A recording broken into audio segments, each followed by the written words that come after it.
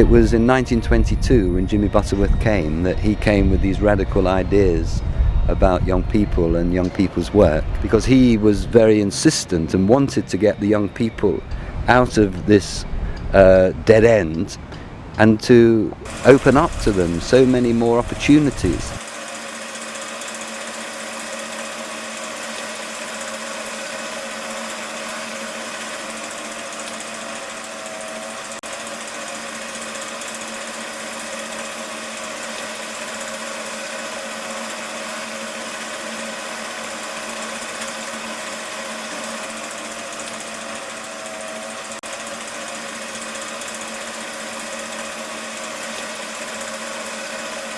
I mean, I lived in a house in Trafalgar Street, which is off of the Walworth Road. We didn't have a bathroom. We had a bath we brought in on a Friday night.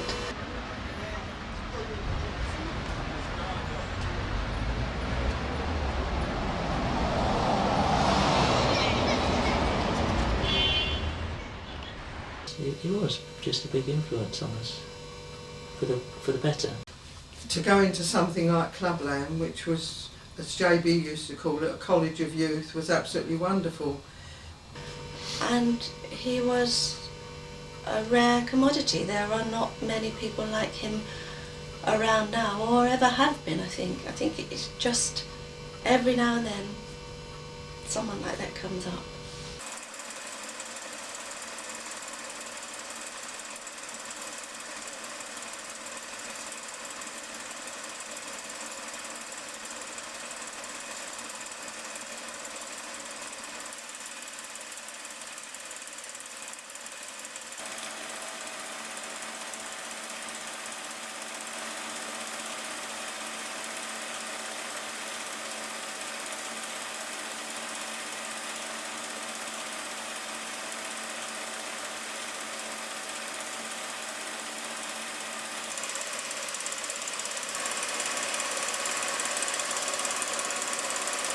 They took them to camp in Guernsey, and these youngsters had never been away from the Walworth Road, and they had no shoes on their feet, and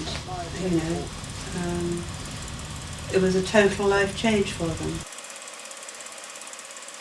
You know, I like big spaces because I grew up in tenements. I think anyone around here who grew up in tenements liked big spaces.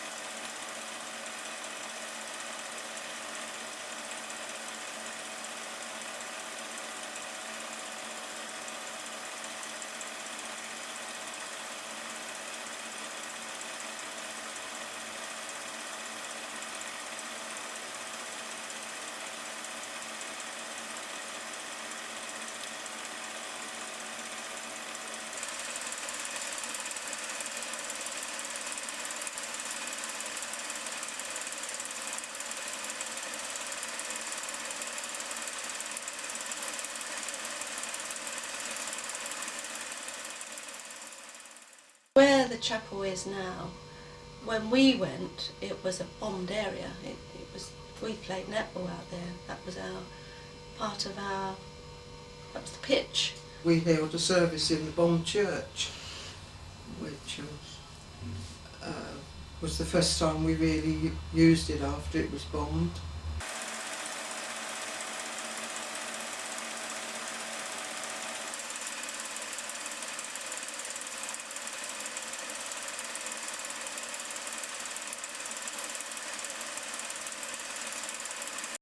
And that was our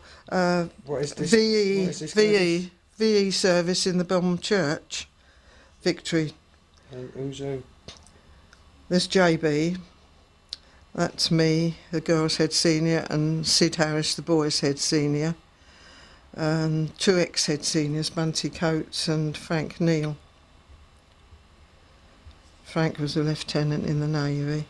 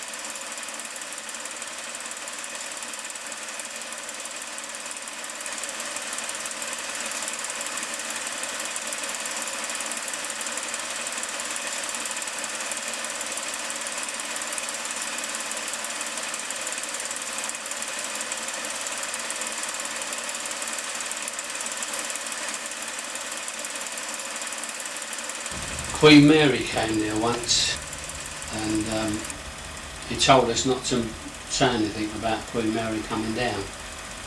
Didn't want it known. And then when we was going home that night, he'd give us a bunch of leaflets to put through the letterboxes, didn't he? That was him. There is a story when Queen Mary came to open up the building that he didn't inform the mayor. And the mayor of Southwark was very angry that royalty was coming to the borough, or whatever it was called then, and that he didn't know anything about it. So the story is that the mayor was putting on his robes, coming down the road, just to be there when Queen Mary got there. Spoke to me, funny enough. I was down in the basement. There was something on the table people had made. I hadn't. I just ducked down there to get out of all this ceremony and all that. But funny enough, she come down and asked me if I'd made the stuff on the table. Of course, I had to be honest and say no.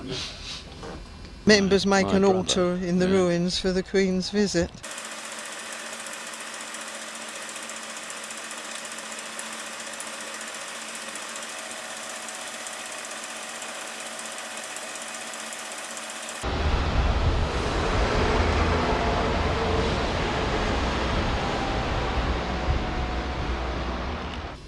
I think it's a couple of times he went out to America, and where the plaques would tell you, you know, who gave him money.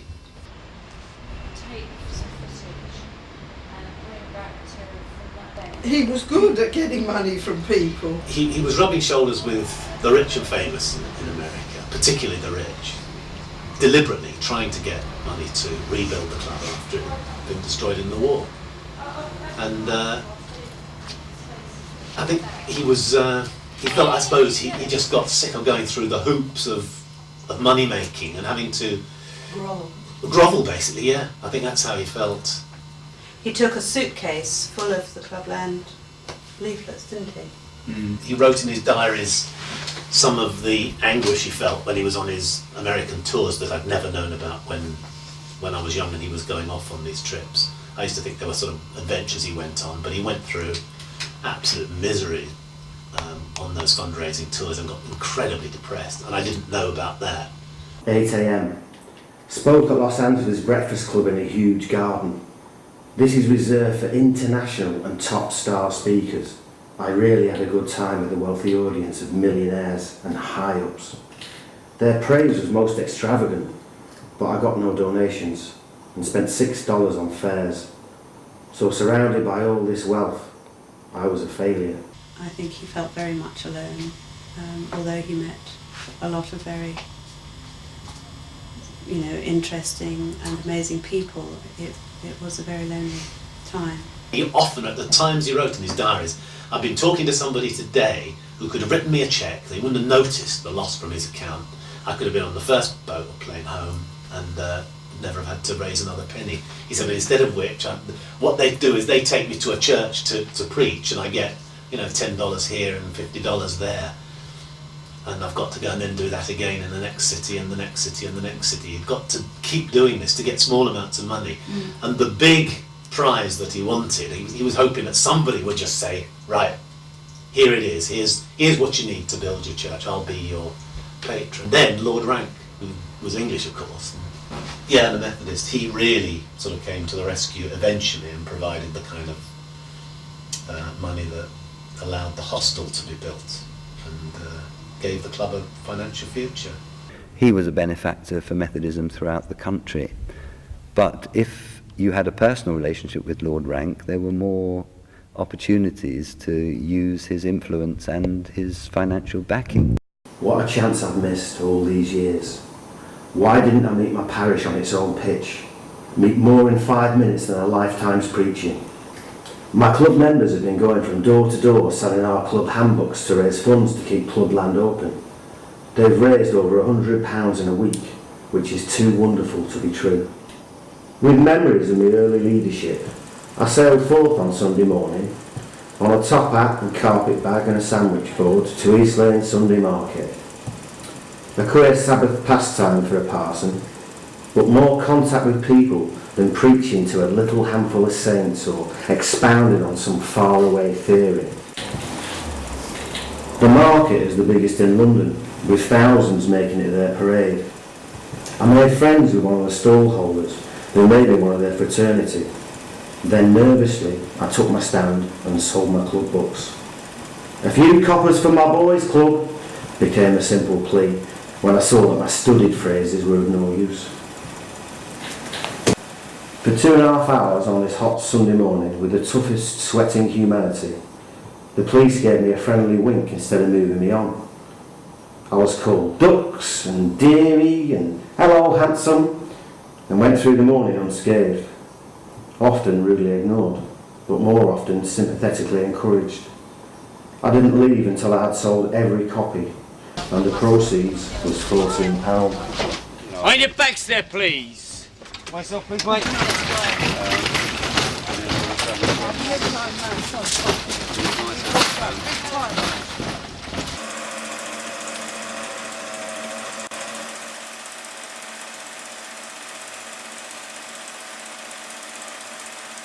It was a good club, It was very modern for our period, to what he had done in that club. Well, at that time there was so little going on anywhere apart from cinema or the pub that Clubland was just a way of life for us, and for hundreds of youngsters that had nowhere else to go and nothing to do. The things that you saw there opened your eyes to a different world, really. But we did so much which we wouldn't have been able to do. I suppose the things that when we first spoke about this are the same things I remembered now, but now there's some other things that have been triggered just by, mainly in the entrance hall and in the theatre, was that it was a kind of chaos inside. There was a great deal of noise, lots of kids stamping around, and then that chaos was controlled. So as soon as you got in, you were signed up, you were given a colour to wear, you were organised. It was happy. You were happy there. And at the end of the evening, we'd all go in, we'd go to our activities, then we'd all go into the theatre, and the messages of the day were given, and then he'd put on cartoons. Well, most of us didn't have televisions, or you got cartoons for one, in children's hour you'd have, and we'd have half an hour of films, didn't we, before we went home, and you went out happy. It was a happy place to be, and that's why we all went back. It was segregated by the very activities, you know, football, bit of boxing. We had a marvellous gym on the top floor. Great, you know, I mean, in those days you couldn't see another gym anywhere like that, could you? You could do what you liked on what night you liked. The gymnasium itself was all full of equipment. The art rooms, the sewing rooms, everything was equipped. I mean, there was art, table tennis games. And also the size, it was confusing. It's interesting what comes back. It's confusing the layout of the place. Which thing was on which floor? I forgot which thing was on which floor. Because you went between things. One night we went between the art room and a game. I think you had to play a game. I think it may have been on the first time in, you had to try all those things anyway, and they had to try you know. All that kind of team activity and all that kind of thing of loyalty, commitment, all the things that make you a good citizen, which I was very bad at. Club would open about 7 and have activity from 8 till 9, whichever activity you chose, handicrafts, art, some sport or other. And then from 9 till 10 we had a get-together, perhaps with music or singing or a little dancing in the lounge. Somebody would play the piano. Somebody would play the piano. I mean, it was good. You knew that you only got out of it what you put into it, and that was his idea. But every Saturday night you had a dance, it was all records of course, and I can remember the opening number, I don't suppose you would remember it, but always stuck in my mind was Opus 1 by Charlie Bonnet, and it was a fast number, you know, it was a quick step to start off with, but they were very good, and well attended as well. All of our social life was there, wasn't it? We had Saturday dances. And we were taught to dance. It was always ballroom. As I say, it's a place was the only place in this area where a teenager, like a young teenager, 13, 14, 15, that sort of age group, could go. It was the time of rock and roll coming in, and that was a bit of contention because he was against that totally. I remember Daphne and Veronica Morton and all that, they were the ones who fought. Every parliament they used to bring up this business of jiving. We used to rock and roll to quick step records. Yeah, it was quick step. You used to do your quick step all the way down, and when you come to the corner, when you turned round, it was a quick rock and roll bit, and then go on, and then it gradually came in when he realised that it was just a dance. Never before in my club life have I seen so much public necking and fondling. And this week we're cancelling our dances because of so much indecency and bad language and hooliganism. You had to attend Parliament every Tuesday and church on Sunday, and that was obligatory. And the cabinet used to wear the gowns. But that was only during church services and Parliament. And Sunday Yeah. nights, Sunday for the service, the cabinet used to wear their gowns. The house captains, for each house you had a captain and a vice captain, and you had a head girl and a head boy. and we'd have Parliament meetings and discuss what was going on, and you had a house officer who was it was an adult, and it made you feel very important. It was I always felt a great honour. Each cabinet member would read a report on their particular activity, and then it would be discussed by the Parliament or criticised by the Parliament. Okay, so what is this book? This is a report that when I was head senior I would read one of these out in Parliament every week and report on the club for the week. The cabinet members used to read a report on their own particular activity every week. In this one, this is July 1945, and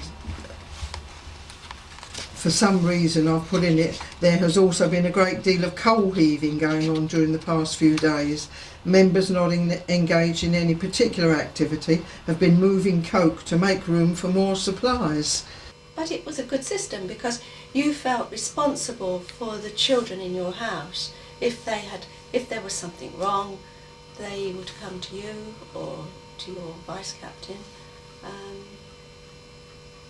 If they weren't well, you'd take them home. If you looked after them, you had a register, and you checked that they were all there,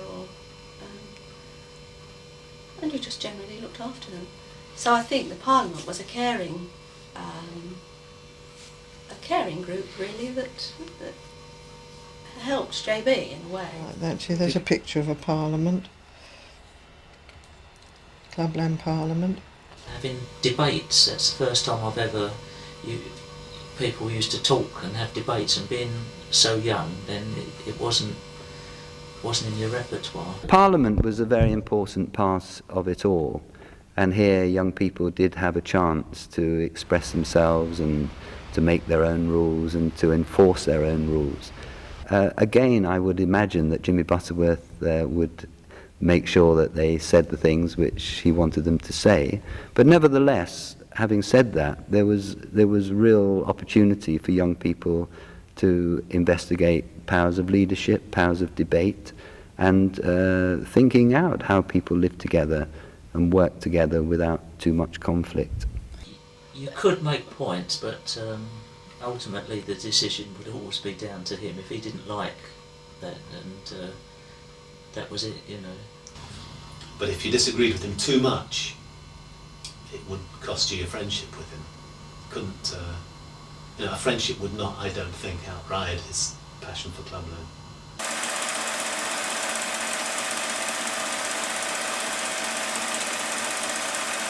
Before the National Health Service, remember, in the 1930s, here they would find a dentist. Here you would have a doctor. And Dr. Lyle, who died very recently, he was a major member of Clubland, and he was both a dentist and a doctor. And he used to have a regular surgery here every week, and he was one of the leaders of Clubland. And part of the holiday routine was a medical check.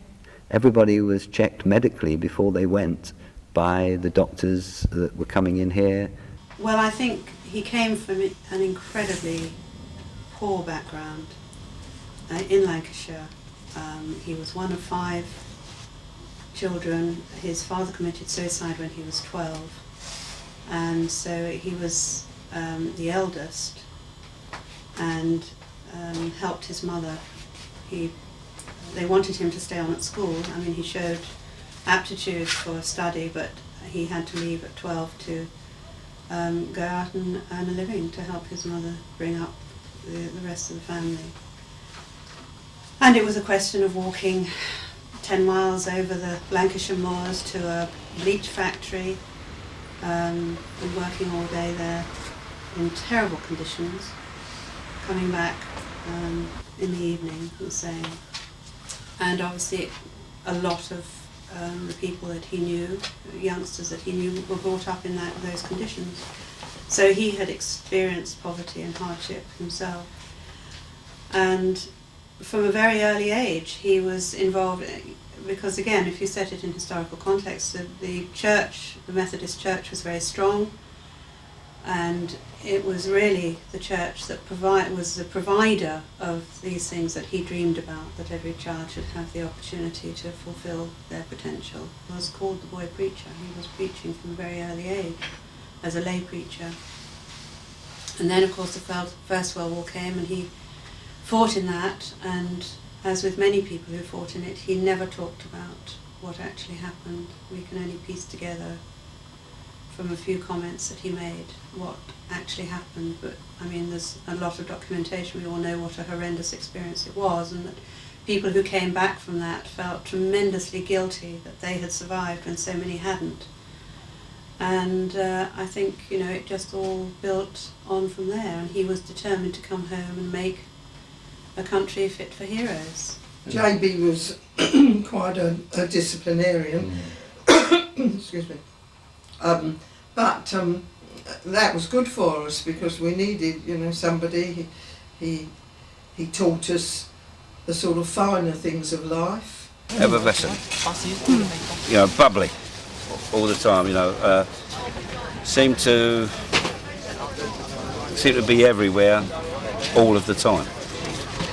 Although there's lots going on in Clubland, you were forever bumping into him.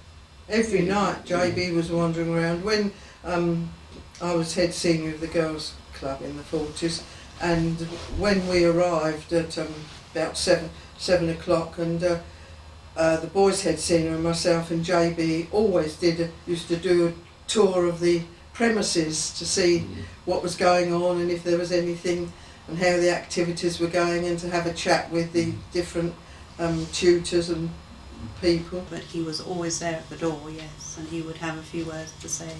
He was always a presence. Well, the more you got to know him, when you first joined, you know, he was really someone a bit. You were in awe of. Yeah, just like a headmaster or something like that. He could be very harsh. He could be, if you did something wrong, then you knew you'd done something wrong. But on the other hand, if you had done something right, he was so complimentary, and he made it well, you made it feel special, wasn't you? To go into something like Clubland, which was, as JB used to call it, a college of youth, was absolutely wonderful. It was during the time of you had to do your national call-up as well. And there was one thing with Reverend Butterworth. If one of them was going there, one of the young fellas was going there, you know, being 18, he would throw them a party, and you know, he laid on sandwiches and all that for about 20 of their friends or whatever. He's very good in that way. In actual fact, JB always had the boys' club was always his special. The girls, I think he only put up with us because he knew he wouldn't have a boys' club if he didn't have a girls' club as well. But we had to do our bit as well. If you read some of the club magazines, he states the things that, the least that he expected from you. You had to take part in the Tuesday Parliament, which was our chance to speak and criticise and complain or say what we wanted. You had to attend the Sunday service because that was the whole essence of the club. Well, I think if you missed church, you're liable to be banned for a week from the club. He might overlook it once, but if he knew you were dodging it, then you'd be banned from club for a week for the next service. But, anyway, it was such a wonderful place that you didn't want to be banned for a week. No, you wanted right. you didn't want to miss art or drama or your music class or whatever you were doing. Whatever. I used to box as well as go to art classes and many other things, but it just shows you the diversity, you know, of the activities there. O blessed Lord, O God divine, who turns the water into wine, please forgive these foolish men who want to turn it back again. JB. I thought that was lovely. Then they used to put on shows. They had a very nice stage, and I always said that it was as good as any West End theatre, which, you know, when you look at what was there, was very good. Used to put on, I think, musicals or something like pantomime, but it was all good. That was another wonderful thing, the theatre. And for us to have a theatre with a stage with lights and to be able to put on our shows and our performances was something that was very exceptional. But putting on shows, we used to do. Oklahoma was one of our first shows that we did, our group, and it made you enjoy singing, and singing sort of comes part of your life after that you enjoy it, and everywhere you want to go. And now we're in a choir now that and the song they're doing now for one of the fun concerts is Oklahoma. We used to have people like Ralph Reeder, who was responsible for the gang shows. He used to come down and produce shows.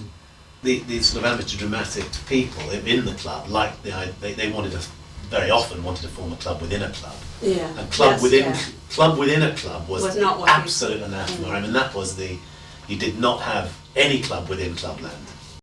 I went to see John Mills and Charlie's aunt, but the thrill was unexpected. I was going to my seat in the stalls when Cyril Thorndyke beckoned me to the spare one near her. It was a delightful afternoon surprise, for her conversation was most fascinating. Then, just behind us, came Sir Laurence Olivier and Vivian Lee. And recognising me, they were most charming, though very shy and reserved. Lots of my friends, some nights you just didn't see them those times because they were here, and that was it. If you wanted to be with them, you came. If you didn't, you just didn't see them. We met different people from all walks of life, from ballet, the arts, drama, professional footballers. They all came down to Clubland, and we were able to associate with the ex-Arsenal footballer Ronnie Rook. He came down and took Jim for Tommy Lawton and Tommy Lawton. Yeah. John Mills and Hayley Mills, and they was quite special. Well, for that visit, I was in the sewing class with Sylvie, and I remember, as a gift to her, somebody in the woodwork class had made a doll's wardrobe, and sewing class had made clothes. It was for something like a Cindy doll, but Mary O'Connor was organising it all, and it was beautiful. All these things that had been made but it was all made at the club. It was all done, and the gift hadn't been bought in to give to her. She was only a little girl then, wasn't she? Had people come down to talk about architecture. I remember once there was a whole series on architecture. Well, most of us had no idea of anything architecture. I mean, we lived in Walworth or Bermondsey or wherever. What do you remember of Elma Cogan? Well, I just remember how glamorous she looked, and she had it was the time of the big skirts with all the petticoats underneath, tall, great big stiletto heels, and she had a handbag, a little tiny plastic box handbag with a note, could have been a £10 note or something, but all she had in it, just this, and it just, I went around with a great big bag with 10,000 things pushed in it, and there she was, so elegant, with just this little handbag with a note in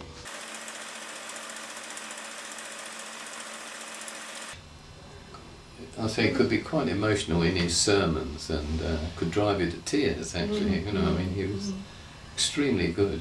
He was a wonderful preacher and a wonderful writer. Sermons could be a bit. He was a good speaker. He was a very good speaker. It could capture your attention, but you could always remember. It's like when we go to church now, and you've got children crying, or you've got people coughing, and all that. I can always remember that he'd sort of stop, and he would say, "Would you like to go out and get a drink of water?" He hated people making a noise, coughing, and doing anything that young people normally do when they're sitting in church. Consequently, he used to get all the orders of service printed on a piece of card, so that you didn't even have the rustle of the turn of a page to find a hymn, so that it was really immaculate for when it came to worship.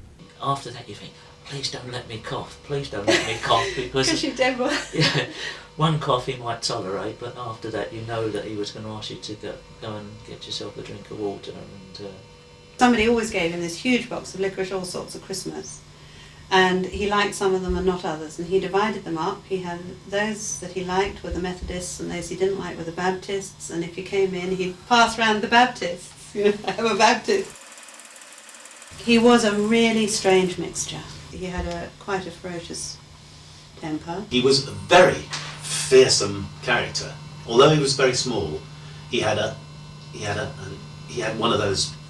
He had the ability to, you know, stand up in front of 250 people and just say, "Be quiet," and they'd all sit and listen to him. You could hear a pin drop in the junior assemblies. He did demand. It was very demanding, and a lot of members. Not everybody liked it. I mean, I don't. Although he changed the lives of thousands of people, we'll never know how many people. There were also people who, you know, couldn't give what he required of them, and it wasn't for them. He did have some very close friends, but if ever they sort of conflicted with the club, even his closest friends he could fall out with. We always used to jokingly say that once you started calling someone by their surname only, you knew their days were numbered. So if you heard the first name get dropped, you thought, oh dear, this is going to have a sad ending. He never followed the rules anywhere. He was his own person. And I think he produced more good people than most Methodist ministers. But he certainly didn't follow the rules. When we was going out one night, Reverend Butterworth said he wanted us to stay behind and knock the bricks down from the windows that they had the bricks up for the bomb blast. He wanted us to stop behind and knock all these bricks out before we went home. So of course, a lot of them, you know, weren't there in there. So he said, well, if anybody goes, don't bother to come back. So he was all prepared for it. I mean, everybody stopped, of course, and started knocking the bricks down. He had all the spotlights up the top, waiting to put on people to do it. And the doors was locked anyway, we couldn't get out. He had them locked. You weren't allowed out. You couldn't say, right, I've had enough, like I did in the Boy Scouts. I was there 10 minutes. I knew that was a mistake. But this was like you couldn't get out. We were, I think, spoiled little brats, weren't we, really? Probably. In a lot of ways. But in another sense we weren't, because the dad was so strict about, he was a very strict egalitarian. In principle, nobody was allowed to pull rank of any kind. And we were just club members, weren't we, when we were in there? There was absolutely no sense of being favourites in the club.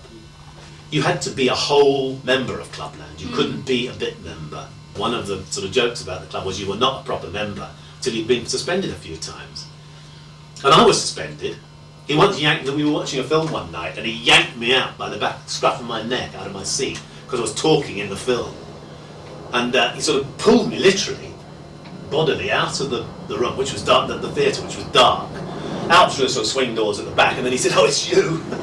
Get to bed." He used to say that we were partners, not passengers. I remember one time he called us in, come and have a look, see how it's progressing, and they were doing the ceiling and it was blue, and they were putting, I don't know, it was silver leaf or gold leaf stars, and he said he wanted a green carpet, and the architect, who was Sir Edward Morph, I think, was distraught that he wanted a green carpet with a blue ceiling, and what did we think? He said, because as far as he was concerned, if it was good enough for God, he thought it would be good enough for the Clubland Chapel. And the green carpet went down. He would go into other churches, and we would go in at the beginning and listen. He just wanted to see what they were what the opposition were doing, and then he'd go out. If somebody did that if somebody had done what he used to do, he would go spare. He used to have snooker tables there.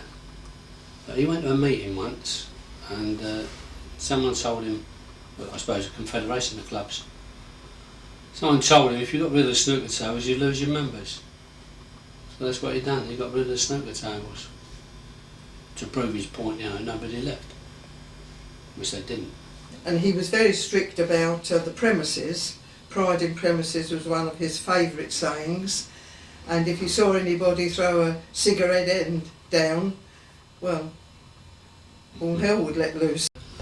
Did see a film once of him, and he's going around inspecting how their clothes were, and then those that he didn't like, he just kicked. That'd do them all, just kick the clothes away, and that'd make them how he wanted. But the whole point of the club, I think, is that JB had a vision and there was nothing else like it. And for all those years from when he first started it in the 20s, at least until the 50s, that hundreds and thousands of boys and girls have gone through Clubland and can only be very thankful that they did.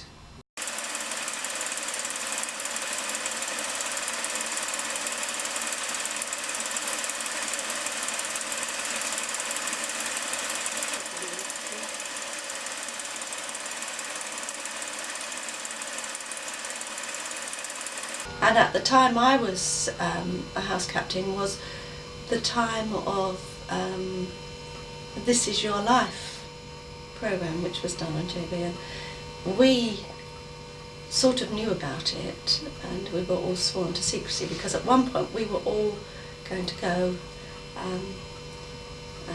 but it was the head girl and the head boy that went. It was a Teddy Boy era, and the Elephant and Castle was noted, for the Teddy Boy attraction.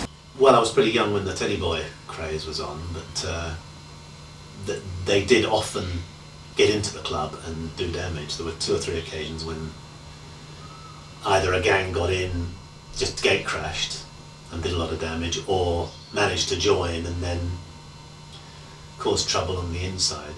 There's certainly some of the most worrying, violent people were here with their friends in the same house, in the same groups. These kids, which in school were very antisocial, weren't antisocial here. They had a position. If we tolerate the wreckers and hooligans, we do nobody any good. Least of all the spivs. The junior clubs opened, I think, in about 1955. The new junior clubs after the war.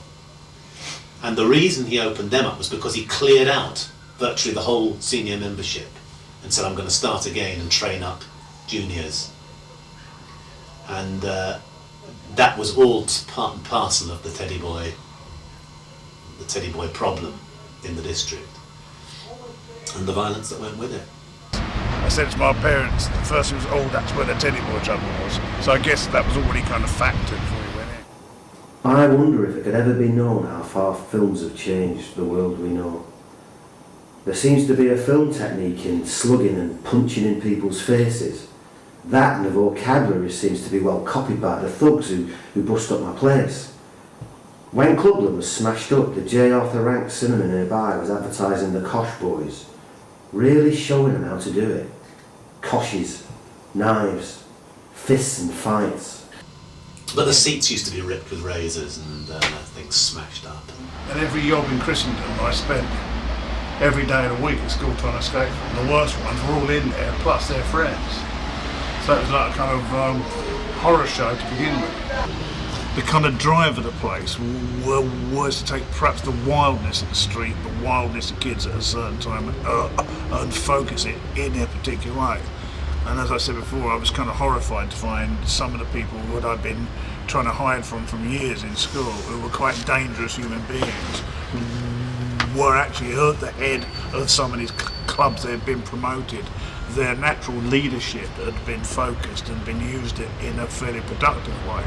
I was thinking, Christ, they've been given a position of power and respect. Not in those terms. I was thinking, how is that possible? That they're villains. I had written an article to a Methodist paper on youth problems and incidentally mentioned a razor slashing in my own club. All the press seized on that sentence. For days the phone went every few minutes. Reviewers, interviewers, photographers, BBC and film units came, and I was besieged from morning till night. The bold headlines read of Kosh gangs, reign of terror, intimidation, and every conceivable twist from fact to fancy. South London Press was always very critical of Clubland. Following up their hatred of Clubland, the local press reporting our gang trolls say that Clubland is a monument to Butterworth publicity stunts, and this may be a good attempt to get more thousands out of Bob Hope.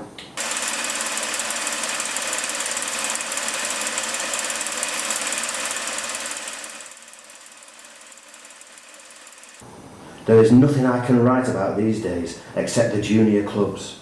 They have restored my faith and old enthusiasm.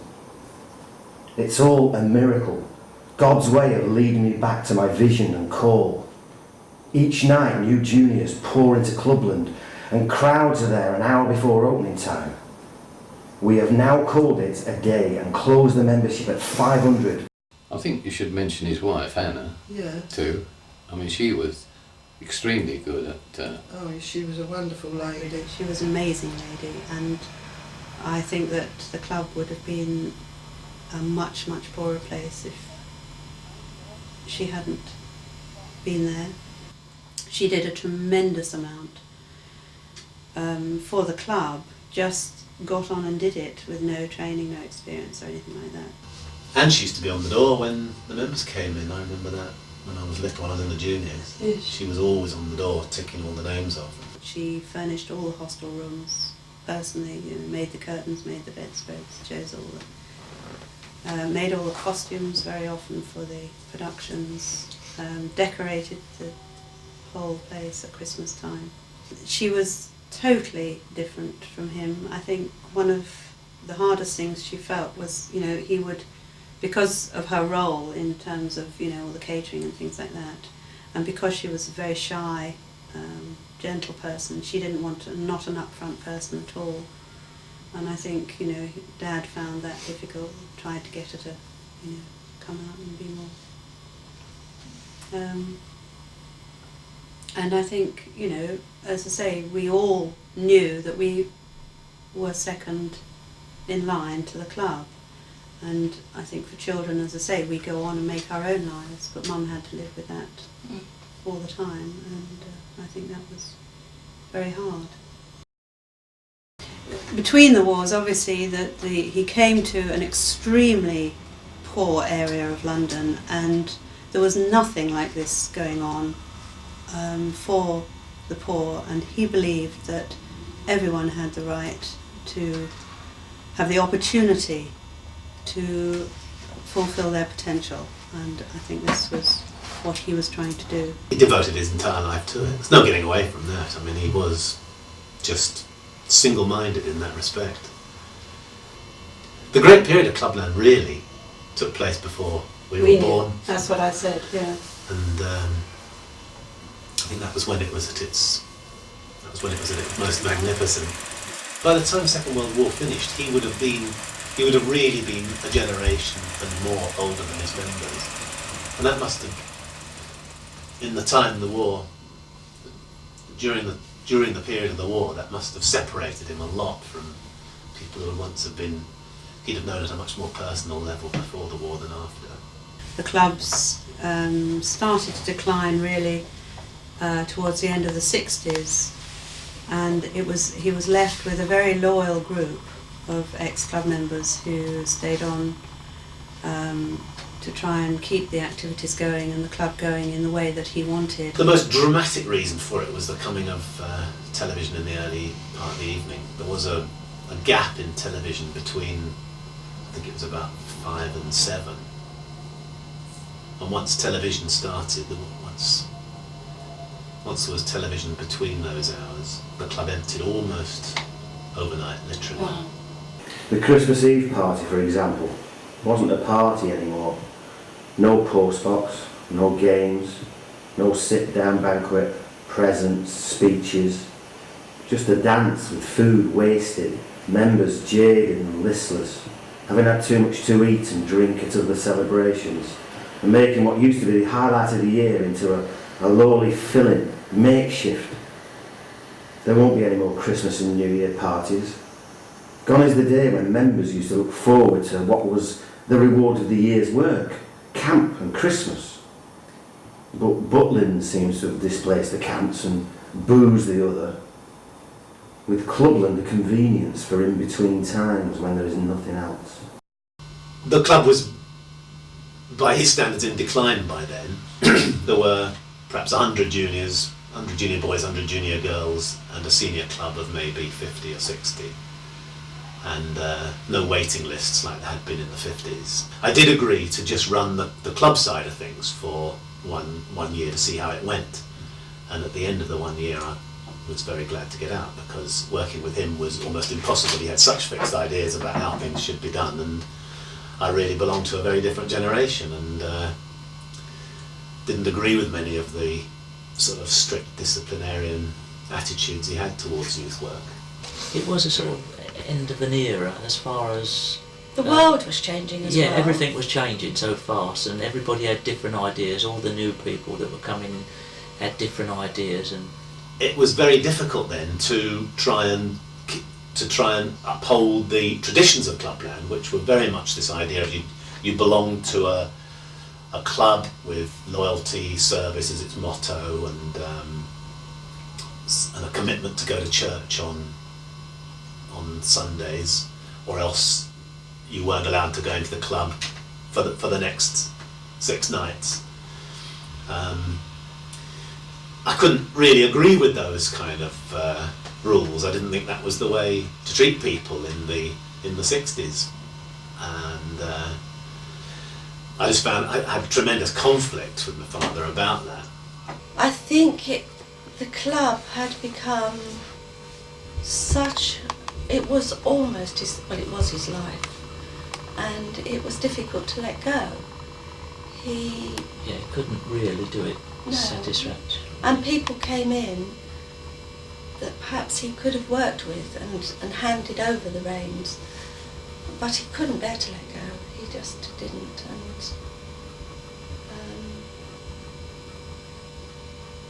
it just went down, really. He wasn't willing to look at alternatives for the use of the premises. He didn't want it to become.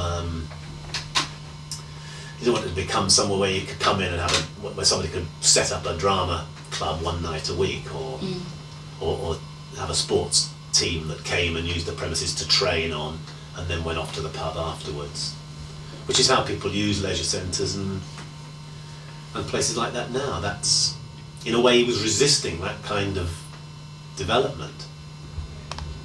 He couldn't accept the fact that the need for the kind of club that he provided had gone. He wanted it to be like it had been in the old days. He was a very fierce opponent of change, which was odd because he'd been such a groundbreaker himself. He had terrific fights with the old guard when he came in the 20s and 30s. He'd had to fight to have dancing permitted on the premises, to have, non-church-like activities. He just was not able to carry on as he was, but he couldn't let go. Dad really was not able to let go the reins and help somebody to come in and take over. And eventually it was ill health that forced him to leave. As it became obvious that he wasn't going to retire, we used to say, he will go out feet first, but sadly he was not able to do that. He did have to go into retirement for a couple of years, and he was a very unhappy man. I once heard it said that parsons shouldn't think too much of the Monday moods, as it's mostly a Sunday reaction. I preached last night in the lounge to about 100 adolescents. Time was when I had a full church and could choose any hymn and it would be sung. Now I haven't a full lounge, and I doubt if my flock know full hymns. When he went, I think he left something behind.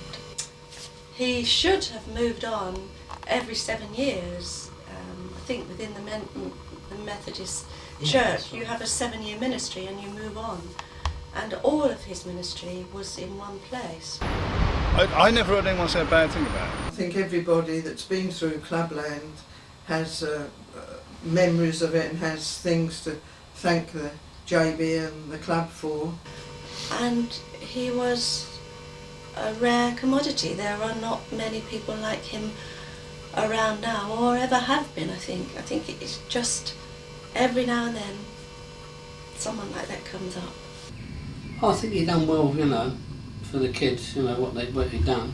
He changed our lives totally. He sort of inspired you. I mean, once you went to it and you made friends and you got so involved in it and it was so alive that you just wanted to be part of it. And you met so many people and things that we would have never have discovered by ourselves.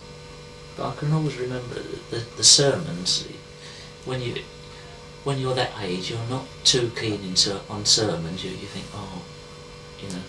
But you listened because he had that way of speaking, and he used to bring in different speakers, and they was all good speakers, and you learn from that. And I can always remember him saying about you go down the path of life, and then at some time you'll come to the crossroads, and you can either go that side, or you can go that way. You can go to good, or you can go into bad ways, and I always think, it always sticks in my mind that because of going to club, that we always ended up on the good side, you know. I think that we're sitting in the church now, and you can see the quality of this building. It really is a beautiful church, and all through Jimmy Butterworth's programme and all through his ministry here, the church was a central factor in what was happening. The body of Christ be with you. Say to me, the body of Christ. He left a beautiful church. The buildings, the facilities. He came to London with nothing, and he left the church with an asset which they probably would never have been able to afford it to have done without him. To us it was just a wonderful part of our lives. There just wasn't any other youth club like it. Nothing like Clubland. We made friends that most of us have kept all our lives. We still see... That's right. We still have a sort of monthly meeting with people that we knew when we were 17 years of age. Yes, we met at Clubland. As did so many of our friends met at Clubland and married. She got married there. Our children were baptised there. I think our daughter was the last baby ever baptised. My first husband was also a club member. He changed our lives totally. I think there is, in a way, more need for someone like him now. People like us are thankful that he came, or we were involved in his life. He was an icon. I can only describe him as being that. I mean, he knew he was a visionary. And now I look back and I think, you know, how fortunate we were. But we are in a different age. Some of the things which were part and parcel of the Clubland programme, some of the things like the medical attention, are things which you just would not have to provide today. We are now in the 21st century, and all that situation which Jimmy Butterworth faced in 1922 is not the same. It's a different ball game, as they say, and we have to do different things. And yet he had a radical approach to what was happening, and hopefully we have a radical approach as well.